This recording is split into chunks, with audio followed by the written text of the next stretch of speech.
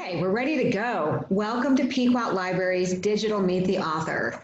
We are all in for such a treat this afternoon. It is so great to see all of you here, and I am so excited about this conversation. Tessa Wegert was introduced to us by a great friend of the library's, Finley Shaw, who owns a fantastic bookstore, Finley's Fiction, and we are very appreciative of this wonderful connection. Sandy Wright, a dear friend of the library's, has agreed to interview Tessa, and to have these two dynamos with us this afternoon is really, really special. We appreciate you both being here. And just a couple housekeeping issue items for everybody. Sandy will be interviewing and discussing with Tessa for about 20 minutes-ish, and then we will open it up to questions and answers afterwards. You can type in your questions on the right-hand side, and my esteemed colleague and friend, Jen Pratt, will be queuing Tessa and Sandy. So I really appreciate everyone being here. Thank you so much. Tessa, I love Death in the Family. I am so looking forward to your second book coming out in December, and I hope that you will come to the library live and do it then with us. But without further ado, thank you so much and welcome everybody. Thank you, Caroline. I just want to echo my excitement for talking to Tessa about her book. While I'm sorry we can't be together in person, I'm thrilled that we can be here together virtually. And I had a great conversation with Tessa, got to know her a bit before this, and am now even more excited to learn about everything behind this amazing novel that she wrote.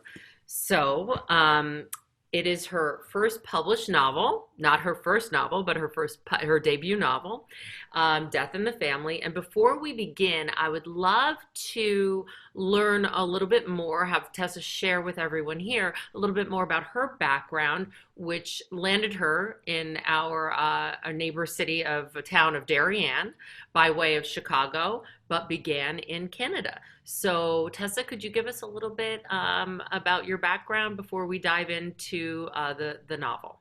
Sure, and I also want to just echo my thanks. It's wonderful to be here.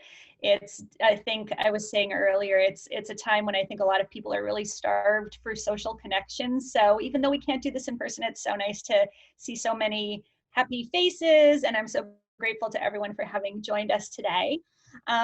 So I am Canadian. I grew up in Quebec, have been living in the US for about 18 years now. And I've been writing fiction since I was a child. When I was in elementary school, I wrote poetry and submissions for, local little literary publications and newspaper contests and whatever I could do. I was always just really excited about it. I was a big reader as a child. So over the years, I kind of transitioned into journalism, and I've been a freelance writer for about 20 years, I would say by now, working alongside digital marketing agencies to help them produce content for various companies and brands.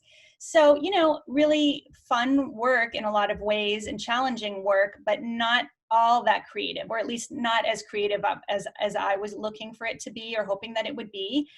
So I decided I wanted to go back and start to write some fiction again. And it had been a really long time since I had tried it. I had a couple of small kids at the time. I think my son was 9 months old when I decided that I was going to try my hand at writing a novel.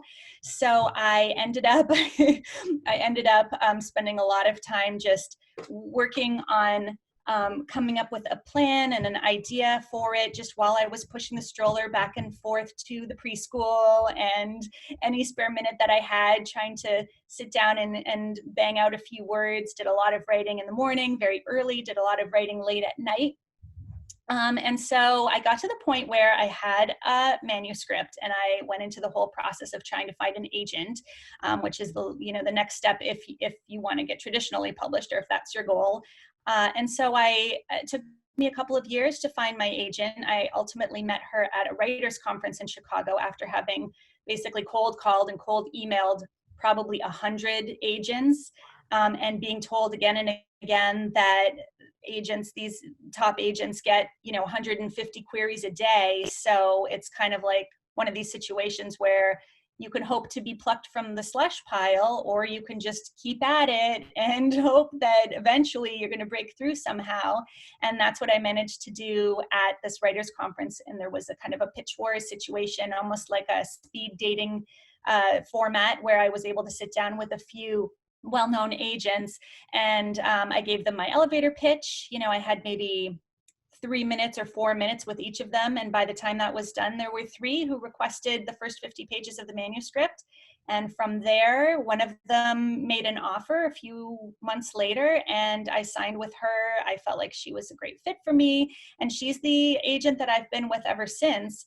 But that was all 8-9 years ago, and this is my first novel coming out now. So it's actually about the 4th or 5th book I've written, and I say about because I rewrote the first book probably 3 or 4 times over.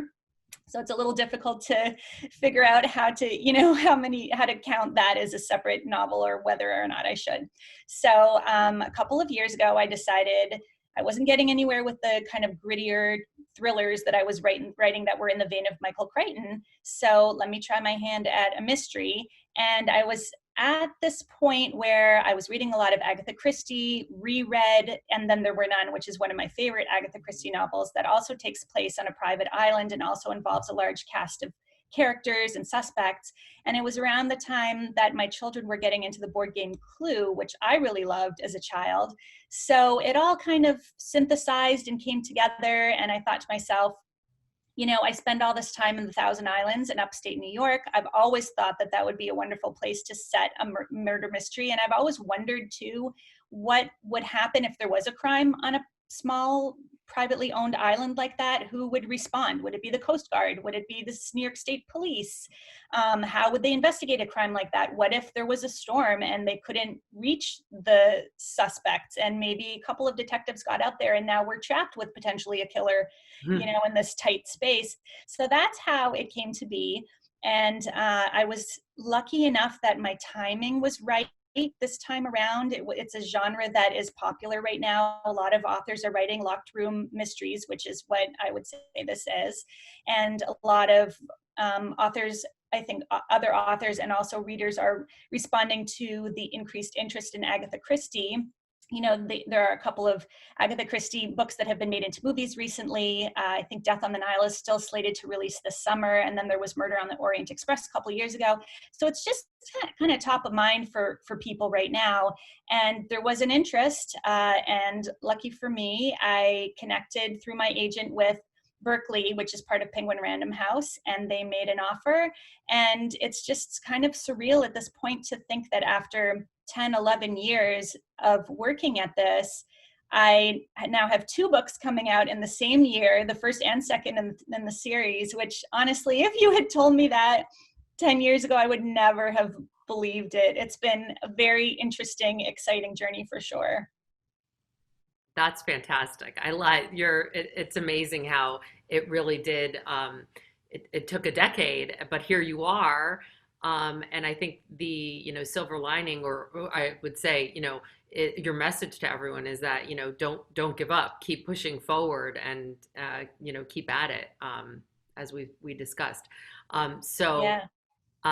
Tess and I thought it would be really interesting to set the stage by asking her to read the prologue. So no spoilers if you haven't read the book. It's just going to give you a taste of her writing style and what an adventure awaits within this book.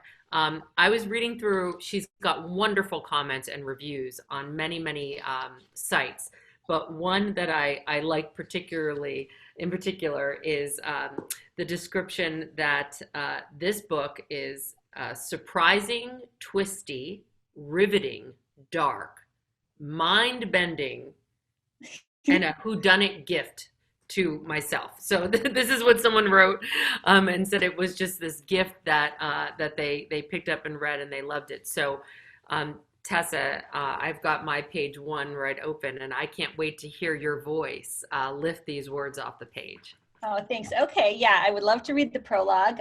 It's not too long. The prologue actually takes place in New York, and it's kind of a introduction to the main character and her situation, after which the story shifts to the Thousand Islands. So here we go. It was late September, the kind of morning that turns orange when you close your eyes. Weather so sweet, everyone on the sidewalk gulps fresh air like kids drinking soda. I got off the subway at Woodhaven Boulevard, eager for my share. But as I made my way up the avenue, it wasn't the incandescent day I saw, but weeds pushing up through the cracks in the sidewalk, ugly blotches where spilled coffee defaced the pavement. In spite of its flaws, Queens was drenched in autumn beauty. It all looked cheerless to me. My plan was to tolerate him. I figured it was the best I could do. Like my walk to One Lafrac City Plaza, though, the man I came to meet was confounding. With his sky blue shirt and recent trim, his neck still ruddy from the clippers, he looked the part, yet the socks peeking out from the cuffs of his pants were patterned in spectacled kittens, and he smelled like he'd been cooking with sage, though it was 10 a.m. on a Tuesday. When we made our introductions, his tone oozed pity like I knew it would, but his folksy accent, Rhode Island or Mass was my guess, softened the blow. So, Dr. Carson Gates said as we took our seats. He folded his hands. You're here. That's good. Is it? My own hands were clasped in an impenetrable ball. It was the only way I could keep them from twitching.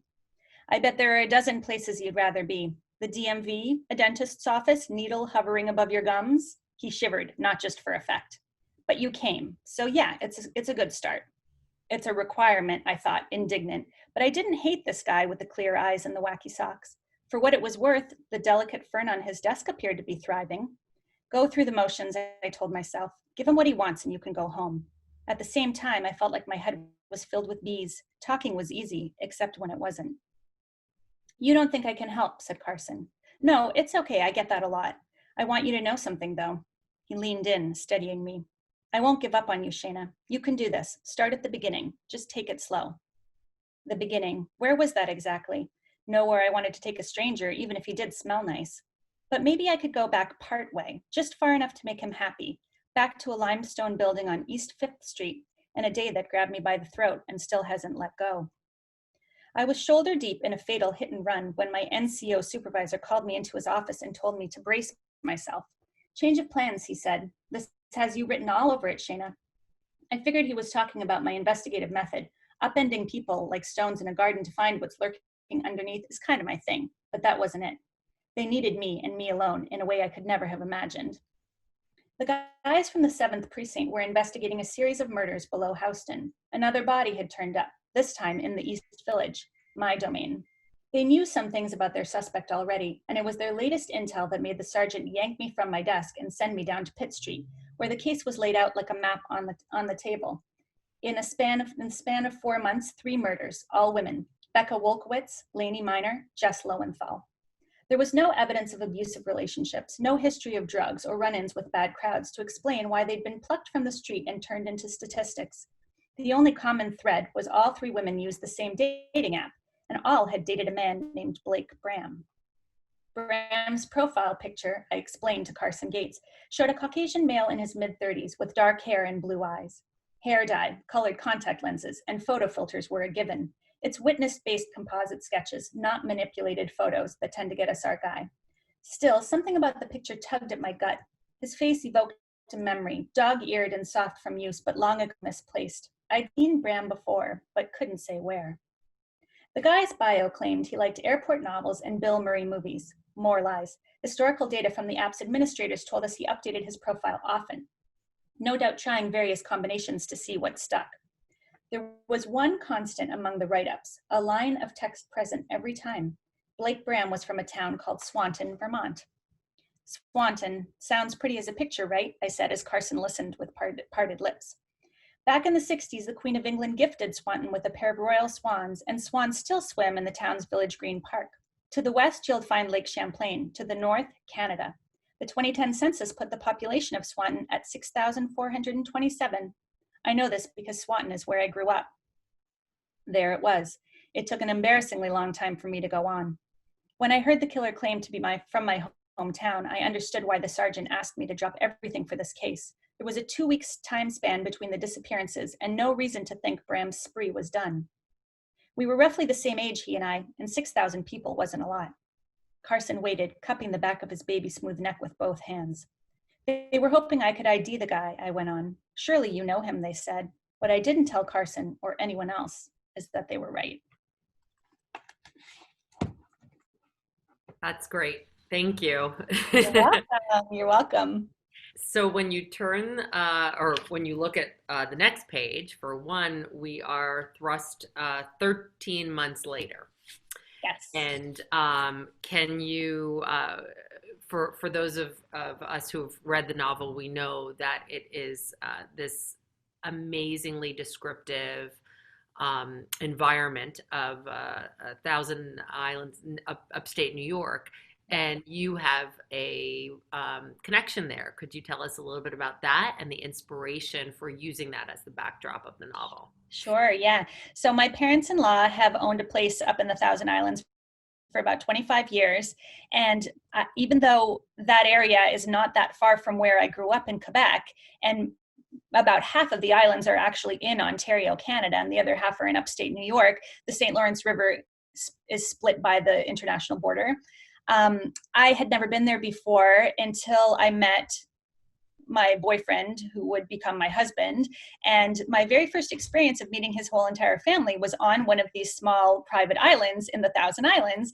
And it's funny to think about now, because obviously my experience was nothing like the experience of one of the characters who was in a very similar situation in this story. But being there on this island with this large group of people who I had never met before, knowing that I was there for the whole entire weekend, there was no real way to get off because I didn't know how to drive a boat.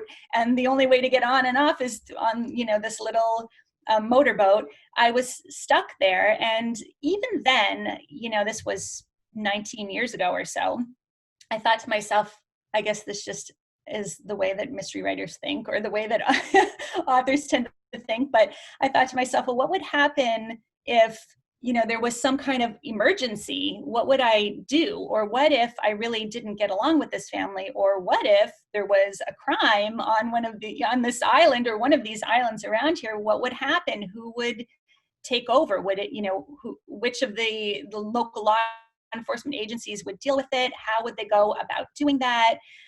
What about the family that was on this island? How would they be treated? And it just kind of snowballed from there. And even then, all those years ago, I kind of had, this inkling that this might become a good story. But then life took over and I forgot all about it and came up with other ideas and wrote these other books. And it wasn't until, as I said, I started rereading Agatha Christie and was still visiting the Thousand Islands every summer, once or twice, and spending time on one of these small islands, that I thought to myself, this actually would be a really great place to set a story like this. And if I'm going to try to write a mystery, why not have it set there? It's an area I know really well. It's an area that I haven't seen represented in many novels before. So that was how that came to be. And lucky for me, I had a lot of opportunity to do research.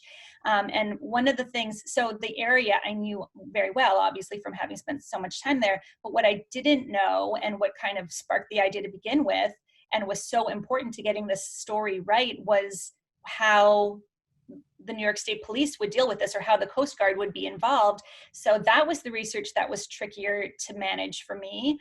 And one day early on, when I had first started just plotting the story, I called the closest sheriff's office to the area where I was setting the story, Alexandria Bay, New York. And I thought, well, maybe there's an opportunity for me to just talk to someone in the sheriff's office and pick their brain a little bit. And it just so happened that the sheriff of Jefferson County herself answered the phone. It was something like 5 p.m. on a Wednesday, and there was no one else in the office but her. And I told her what I was doing and asked her if she might be able to help me. And she spent an hour right then and there on the phone answering all my questions. And I've had many more conversations with her since then. And I was so taken with her and so fascinated by her life. She's She's the sheriff of Jefferson County, but she is also the first elected female sheriff of New York State in the history of New York State. And before becoming a sheriff, she was a Bureau of Criminal Investigation senior investigator herself, which is what the main character in this story, Shayna Merchant, is. So as I started writing the novel, I thought, I've got to work her into the story somehow. So there is a character, Maureen McIntyre, the sheriff in this book, who is based very much on Sheriff Colleen O'Neill of Jefferson County. And when the book was first published back in February, I sent her a copy of it. I did tell her that I did want her to know that was a possibility, that she might see some similarities between herself and this character. And I was quite nervous about it. And I, didn't want to get on the sheriff's bad side. So I sent her a copy of the book, and she actually said that she loved it. And I think was flattered too by the representation and the similarities between the two of them. And I mentioned her in the acknowledgments. So that was a huge score for me to connect with her, because she's been great about answering all of my questions. And even as I went on to write the second book, which features this same sheriff character and still takes place largely in the same area, I had more questions, and she's been very helpful about that too. That's great. As you were describing her, I immediately thought of that character. Yeah. That's an interesting segue into the characters and your protagonist. And what I loved reading about was the St Clair family, and thinking about kind of your inspiration for this very unique yet I think filled with real life, pieces woven in together. Can you talk a little bit about the character, inspirations, development, things like that? Because they are so real, and you feel such a connection to them as you're reading. Oh, thanks for saying that. I wanted the St Clair, so for those who haven't read the book, the St Clair family is the main family featured in the story that owns this private island where the crime takes place. And they wake up one morning to find that one of them, one of the sons, is gone, and his bed is bloody, and his girlfriend is still in it and slept there all night next to him.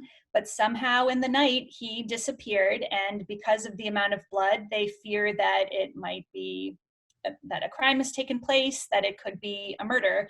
And that is why Shayna Merchant and her partner Tim Wellington get called out to the island.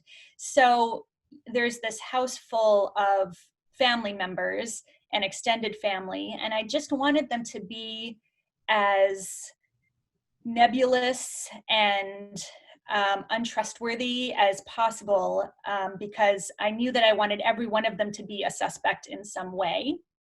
So as the story unfolds, you get to find out a little bit more about Jade, the teenager, and what motive she might possibly have to potentially harm a man who is basically her uncle by marriage.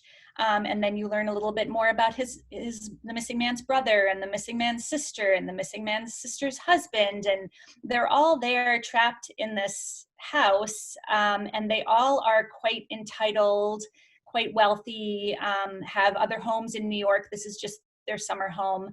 So Shayna and Tim have a bit of a hard time connecting with them, because they're very much salt of the earth type people. Shayna grew up in this small town in Vermont, and Tim is from the Thousand Islands, from Alexandria Bay. So they don't really have much in common with these people, yet now they're stuck on this island trying to determine whether, first of all, whether there was an actual crime committed, or whether this is just a case of maybe he ran off in the night, maybe he crossed the border into Canada, maybe there's some other explanation for the blood. And at the same time, trying to navigate the relationships within this family to make sure that they understand every possible underlying motive that could exist. So it was a little bit tricky. I would say there were several moments where I thought to myself, did I really have to introduce 9 suspects? Because the scenes where they all are together in the parlor having conversations, or they're being confronted and they're being interviewed, were pretty complicated to write, in the sense that I wanted to make sure that it still all felt clear to the reader. I didn't want there to be any confusion up front about who was who.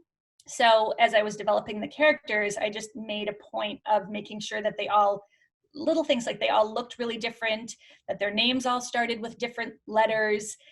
In an early draft, actually, I had 3 characters with J names, just coincidentally. And my agent, oh, there's the dog, sorry. I knew it was going to happen. When my agent read it over for the first time, she said, all I would change is just these J names. I can't get past it. It's just a hang up. It's too confusing. Come up with some other names. And it's interesting because, you know, as I'm writing, I'm not really thinking that logically about things like that. I just have a feeling for a name, or there's a name that I've been thinking I wanted to incorporate into my writing somehow. But those things all do factor into making sure that the story is as clear and succinct as possible, I think. That makes a lot of sense. I have one more question before we open it up to everyone who's on the call. The description and the thought pattern that Shayna has is so authentic. It seems like, I'm not an investigator, but I would imagine that this path and the journey that she takes in order to solve the situation that she's in really seems legitimate. It's how did you, besides that hour-long conversation with obviously that happened way after the fact, but were you ever interested in being an investigator? How did that come about, or is it just through all of the novels that you've read and the Agatha Christie? Yeah, I think it is. It is to do largely with the amount of reading that I've done, because mysteries are definitely, and crime fiction are definitely my favorite genre. So some of that just sinks in as you're reading, and you come across enough of these types of similar situations where it all just seems like a normal progression. You arrive at the scene, here's what you do next. This, snap on your gloves, make sure not to step into the blood. I mean, all of those things are just, I think they're just common sense, but then ingrained in me at the same time because of having read so many other mysteries.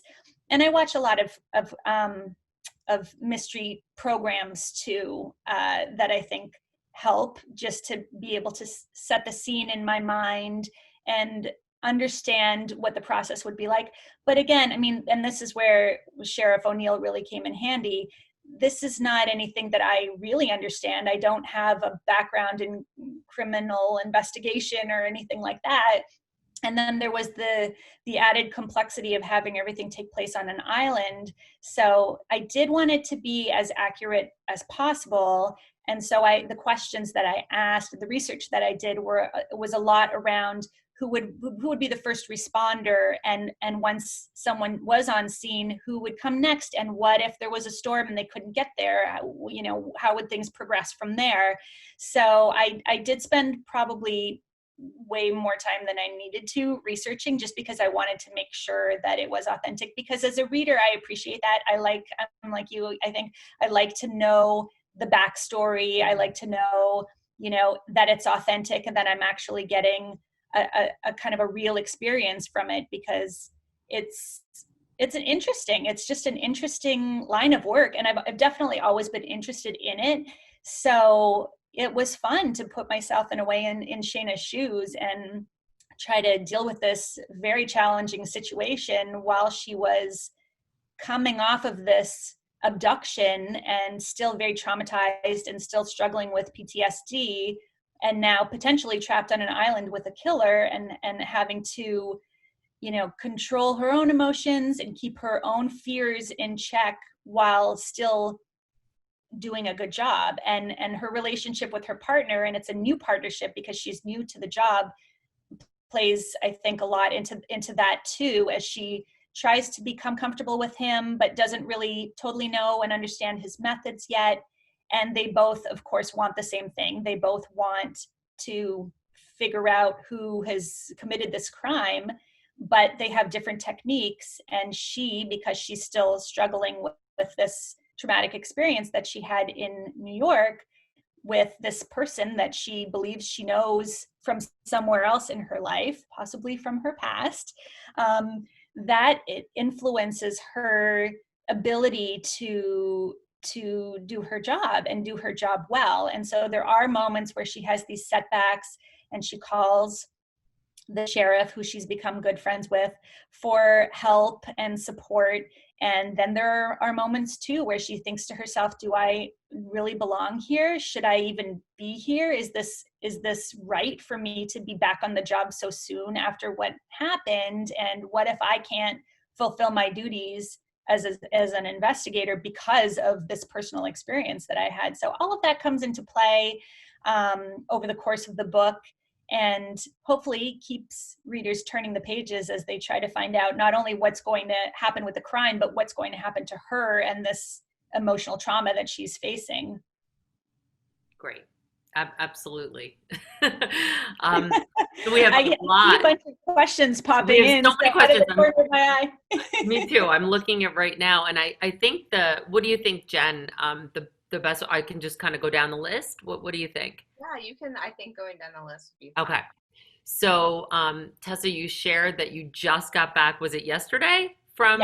Yes, from a trip up to the Thousand Islands. And Casey Davis asked if you were inspired with new material while vacationing up there over the 4th.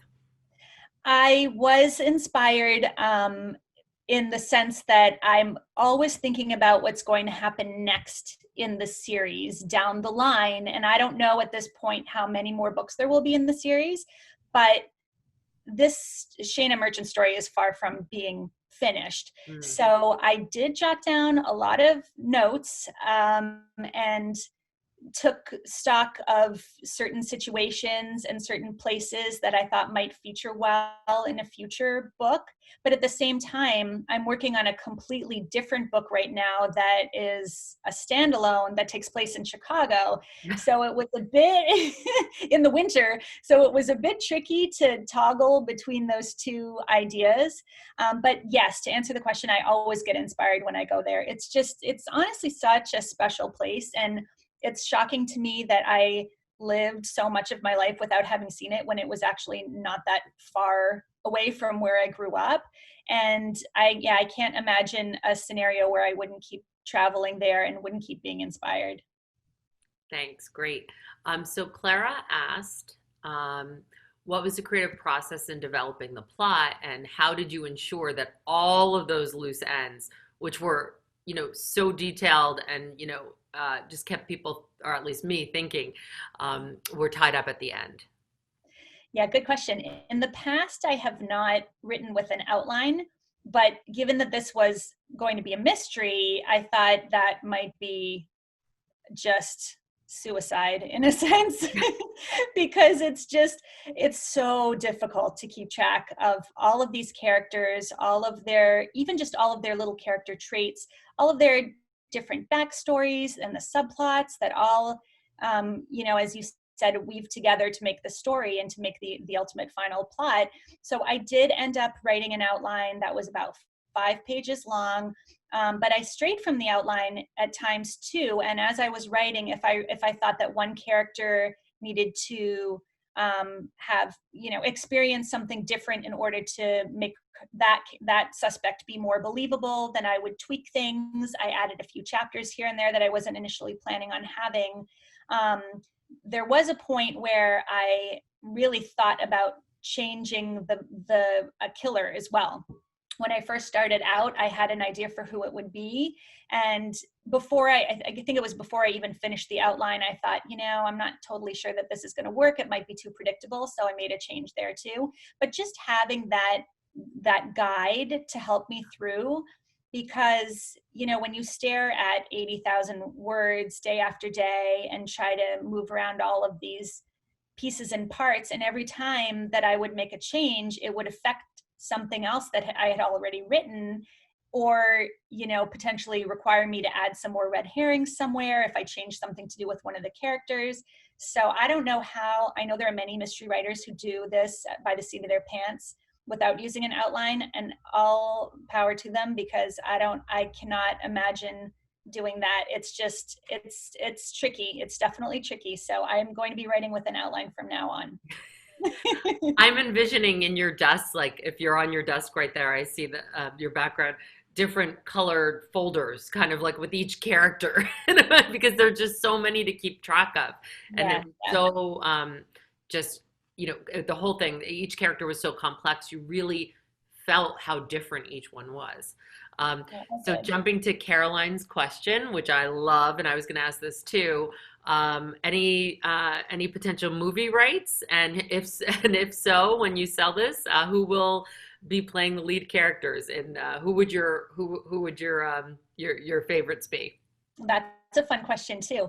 I have a film rights agent who is actively trying to sell the film rights. Nothing yet, but fingers crossed. I would love to see it as a movie. I'm sure that every author feels that way, but I just think with the setting that it would be so perfect as a movie. Yeah. And I think like I pictured it that way too. I think it has a bit of a cinematic feel to it. And I wanted to write it that way so that people could really visualize. Maybe I'm a bit too heavy, if anything, on the description sometimes. Maybe that's because of all that poetry I wrote as a kid. But yeah, it'd be wonderful to see. And if I picture an actor to play the main character, I would probably say I always have pictured Emma Stone as being a good one for Shayna Merchant. But other people have said Emma Watson, although she may be a little bit too young. But it's, that's fun, is hearing who people think would do a good job in that role, and who, not just based on looks, but who would be able to pull off the character. Right. Yeah, I don't know. It's I don't have, at least with this book, although I did do this with the second book, I don't have like a mood board or an inspiration board with photos of different actors up to help me visualize them. But like I said, with the second book, The Dead Season, which is coming out in December, I did do that for some of the characters that I just wanted, I guess, to help me get a better handle on them and to make sure that the description was what I wanted it to be. And actually, I probably will do that moving forward, because that did help to be able to put a real live face to the character in some sense, or at least to take certain traits to make the character more complete. That's interesting, because everyone as a reader, they're imagining what the character looks like, and it's while there's a baseline, everyone is absorbing something different. So Right. it must be exciting when people talk about who they think the lead characters could be. Yeah. It's been fun to think about that. Great. Well, let us know if it gets picked up. That's so exciting. I definitely will. From Catherine, how did you decide on the character of a flawed policewoman? Did you already know that you wanted to follow her dark past story in your next book? Yeah. Yes. So I decided I knew I wanted to write something with a female protagonist, because I think just as a reader, I feel like there could always be more books out there with a female investigator, because there are certainly many, many with male investigators. But I always liked the Poirot type of character too, or the Gamache from the Louise Penny books, some of my favorite books. So I wanted to craft a female protagonist, a senior investigator who was just as logical and methodical about her process of investigating as some of those characters, but then give her a soft side and give her a weakness that could play into her story. So that's why I decided to have this dark past. And that was a situation where I kind of thought, I sat down and thought to myself, what's the worst case scenario almost that I could imagine for her? What kind of horrible situation and position could I put her in that she would then have to claw her way out of, that would make her both vulnerable but also a stronger investigator in the end, because she had experienced and survived that. And yes, that in the second book, the second book is very much about her relationship to this serial killer who abducted her. You get just, a little glimpse of that in the prologue, but later in the story, you find out more about what happened to her. And in the second book, she returns to Swanton to solve a crime related to her family. And while she's there, starts to also look into her past connection and relationship with that Blake Bram character from this story. And it's a lot of delving into her past, and her family is really quite dysfunctional too, similar to the St Clairs in some ways. And I liked that continuity of having the family theme in both books. So yeah, the second book is partly set in the Thousand Islands, because she's investigating a crime there at the same time, and then partly in Swanton. And it's a challenge for her to go back and forth and try to deal with both of these cases while still very much obsessed with finding Blake Bram and making sure that he doesn't kill again, because, you know, there were these 3 victims already, and then a period of time went by, 13 months, there were no other cases, but she doesn't believe that he's by any means done. And because she was the one that he targeted to kidnap, she also feels that he must have some kind of vendetta against her, wants something from her that maybe he hasn't yet managed to get because she managed to escape in the end. So she's carrying a lot of guilt about not having abducted him when she had the chance, not having, you know, captured him while she was there with him. And instead the tables were turned and she was the one who was in the vulnerable position and he was, you know, the dominant force. So she's got a lot of shame and guilt about that carries over into both this book and the other book, but she works through quite a bit of it in the second book. And, you know, for readers who have read Death in the Family, there are a lot of answers in the second book as to Blake Bram's identity and what their relationship really is. Great. I'm super excited. Yeah. I have a lot of unanswered questions from that. That's definitely great. Victoria asks that, well, she said you mentioned that you wrote several versions of this book before you got to the final one. Any major differences between those versions and what was published? Not major. The biggest change was once I managed to get the contract and signed a deal with Berkeley, which is an imprint of Penguin Random House, my editor read through it again and gave me an editorial letter. And that's kind of the process. Once you sign with an editor, they'll look it over again to see what if anything could be changed and tweaked to just sharpen it up. And what she wanted to see me do was actually add that prologue, which didn't exist before, and also take a chunk of the book that had been at the end of this and move it into the beginning of the second book. So it was just kind of a restructuring issue, really. It was even more of a cliffhanger than it is when I wrote it initially. And apparently a lot of readers aren't big fans of cliffhangers like that. Well, especially when you know you might have to wait a year or 8 months or even 6 months or something for the next book. So just restructuring things like that made a lot of sense, because that then got the second book up and running, and I think like a pretty fast-paced manner because of taking, you know, that exciting ending and moving it forward. But that was it in terms of revisions. Usually I go through at least 3 or 4 drafts. I'll give it to my beta readers. I'll do the first draft, I have several people who read it and then give me their feedback, and then I'll do a second draft. Then it goes to my agent and then draft again. Often there aren't very many changes, but sometimes there are suggestions that I decide that I do want to incorporate, and so I'll make those. And then at that point it goes to the editor, but then there's another draft then, and then, you know, copy editing and then proofreading. So by the time all is said and done, I probably have read it 100 times. So it's exciting to get to the point where you get the proofed version in your hands, and you know at that point, I can't make any more changes to it. All I can do now is just look for any kind of little, missing commas or stray quotation marks and just fall into the story and get to enjoy it the way that the reader would get to enjoy it. So that's a really fun part of the process. And I just got to do that for the second book recently. So that was nice. So I just saw that Jane Dean had her hand up. So can I put you on the spot, Jane, if you'd like to ask a question? Sure. I actually had two questions by the time it was my turn.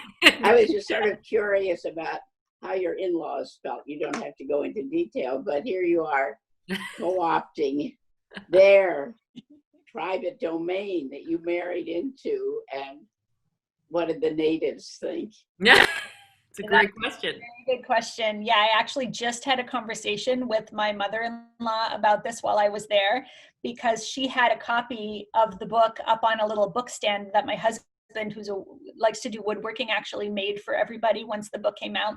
And she had a little card covering over the word death. And she saw me looking at it or passing by it, and she said, "Oh, I hope you don't take offense to this, but I just, I know it's silly, but I just don't, I feel more comfortable having the word covered up, as far as the story," which I totally understood. Well, the characters, Yeah, it's probably not good feng shui to have death in the family in your home, like on a wall or something, or on a bookshelf in big bold letters. So they have been so incredibly supportive. They are actually, she and my father-in-law are both among my beta readers. So they knew very early on what the story was about, Okay. and they were on board with it. I think they found it actually quite entertaining and quite novel, because of course they had never imagined a story panning out that way in any place that they had their home. But the story takes place on a fictional island called Turn Island, and there are not a whole lot of similarities between that island and my parents-in-law island. And definitely no similarities in terms of family. My parents-in-law are lovely. My extended family is lovely. There are no killers as far as I know, and I'm pretty sure there will never be. So I don't think they took offense to it or were uncomfortable with it in that sense at all. In my second question, totally unrelated, but I have to ask that. I guess it was 2 weeks ago, we had Christopher Rousseau talking, or Meet the Author, and he had also his first published book. Actually, he self-published it, but he published, and there's a central character, an FBI agent who was quite appealing and is going to keep going in further books. But he did something I thought was quite unusual. He published both of them at the same time. Oh, and I wondered if you, since these are so close, if you had considered that. I don't know whether this was good or not, but it did enable me to then quickly buy the next one. Yeah. No, that's a good point. And funny you should mention that, actually, because the second book originally was set to publish in February, so a full year after the first one. But Berkeley pushed up the date to December to have a shorter amount of time between the publications, specifically because they were hoping to hook readers. The paperback comes out next month on August 18th. So their theory is, if we can get people to buy the paperback, then they'll be engaged and committed to the series, which then they'll be able to buy the next book in December, right around the holiday season. So there's a lot of marketing and all of these different algorithms that go into deciding with the traditional publishers, at least, when to put out these books. Like, for example, this was something I didn't know until I got into this business. Most books publish on Tuesdays and Wednesdays because that gives the retailers enough time to restock their shelves if they need to, if the book is doing really well, before the weekend and all of the weekend customers come in. And it also has a lot to do with when the New York Times puts out their book lists and rankings. So it's so complex, and it's been fascinating to learn about it all now as a kind of pseudo insider. And I honestly sometimes don't even know what's coming, and am completely surprised by the messages that I get and the requests that I get from the publisher. Like, I was definitely not expecting to, after 10 years, publish both of my first two books in the same year, but that is happening, and I'm really happy and grateful for it. So luckily I landed with a really good publisher who's very committed to the series and really excited about it, which helps, because then they put more money into marketing, do more promotion. help me out with all of that stuff as well. Thank you for those questions, Jane. They were great. So I'm cognizant of the time, and we have about 4 minutes left. I'm going to ask one final question that was raised, and I think it's a nice one to wrap things up on. Leslie, who was on earlier, asked, are there any books that you've reread? And if so, which ones and why? That's the first one. And the second one is if you could describe your favorite teacher or professor and how that person influenced your reading and your writing. Oh, those are fun questions. Yes, I have reread quite a few of the mysteries that I like best. Agatha Christie's And Then There Were None is one of them. Another one is Tana French's In the Woods. That was her first book. She's an Irish mystery writer. I've reread several of the Louise Penny books. My favorite is Bury Your Dead, so I've gone through that one at least a few times.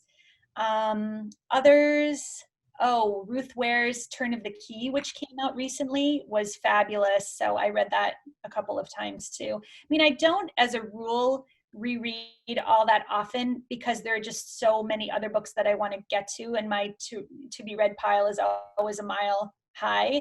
But those are some that, and going back to reread them was largely about studying the craft and the characterization from a writer's standpoint, because I read them the first time enjoying them as a reader, but when I find a book that I feel is very well crafted and, you know, masterfully plotted, I like to go back and just take some little notes. I mean, it's basically an ongoing process of studying the craft and trying to figure out, you know, exciting new ways to structure books and format things. And it's always interesting to see what other authors are doing. And I went into this wondering if maybe I would feel differently about all of these authors that I love so much, if I would maybe see them more as my rivals rather than my peers, but that hasn't been the case. So many of these authors have been so supportive, not just of me, but I think of many debut authors that are going through this really strange time of trying to promote a book when they really can't leave their homes. And, you know, in the grand scheme of things, this is not the most important newsworthy subject. And it's tricky to kind of straddle the line between how much to promote and how much to hold back, while still doing our part to help the publisher market it and help to sell copies. And there have been many wonderful, very generous authors. Wendy Walker is one who's also local. She lives in Stamford. And another is Hank Philippi Ryan, who has many, many mysteries and suspense novels out. And they were two that kind of took me under their wing and really helped me to understand the industry, you know, met with me, blurbed both of my books to help out in that way. So yeah, I feel very fortunate. That's great. Carolyn, do we have time for Tessa to just talk about a professor or teacher very quickly, and then we'll wrap up? Who Okay, influenced her? So I had, it wasn't even a professor, it was a fifth grade English teacher that I had, who I got so close to that I even ended up babysitting her kids once I was no longer in her class, once I was in 6th and 7th grade. And she just was the one who really encouraged me and saw that I was really interested in this and potentially even as a career. And again, it took me a little while to really find my way because I did work in journalism and marketing for so long. And I'm grateful for that, because honestly, in terms of meeting deadlines, in terms of revising and editing and not being so precious with my words and being willing to slash and burn entire chapters if I have to, if it makes the story sharper and cleaner. All of that is stuff that I learned from being a journalist. So, but to go back, you know, to the original question, she was the teacher really that I remember supporting me and encouraging me. And I still have a little card that she wrote that she gave back to me with one of my short stories that I wrote in her class.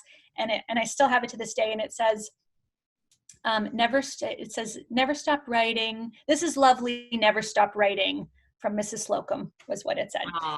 Yeah.